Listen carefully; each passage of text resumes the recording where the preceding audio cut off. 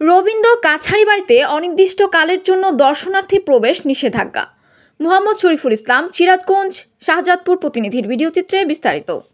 সিরাজগঞ্জের শাহজাদপুরে কবিগুরু রবীন্দ্রনাথ ঠাকুরের কাছারিবাড়িতে হামলা ও ভাঙচুরের ঘটনার পর অনির্দিষ্টকালের জন্য দর্শনার্থী প্রবেশ বন্ধ ঘোষণা করেছে কর্তৃপক্ষ। বুধবার 11 জুন সকালে কাছারিবাড়ির মূল ফটকে এই নোটিশ ঝুলিয়ে দেওয়া হয়। কর্তৃপক্ষের বরাত দিয়ে নোটিশে লেখা হয়েছে, এত দ্বারা সকল দর্শনার্থীদের অবগতির জন্য জানানো যাচ্ছে যে অনিবার্য কারণবশত রবীন্দ্র কাছারিবাড়ির শাহজাদপুর অনির্দিষ্টকালের জন্য সকলের পরিদর্শনের জন্য বন্ধ থাকবে। দর্শনার্থীদের সামরিক অসুবিধার জন্য আমরা আন্তরিকভাবে দুঃখিত। এর আগে মঙ্গলবার দুপুরে হামলা ও ভাঙচুর হবার পর কাছারিবাড়িতে তালা লাগিয়ে কর্মকর্তারা নিরাপদে স্থানে চলে যায়। পুলিশ ও স্থানীয়দের সঙ্গে কথা বলে জানা গেছে, গত 8 জুন বিকেলে এক দর্শনার্থীর কাছে কাছারিবাড়ির কর্মচারীর হাতাহাতি হয়।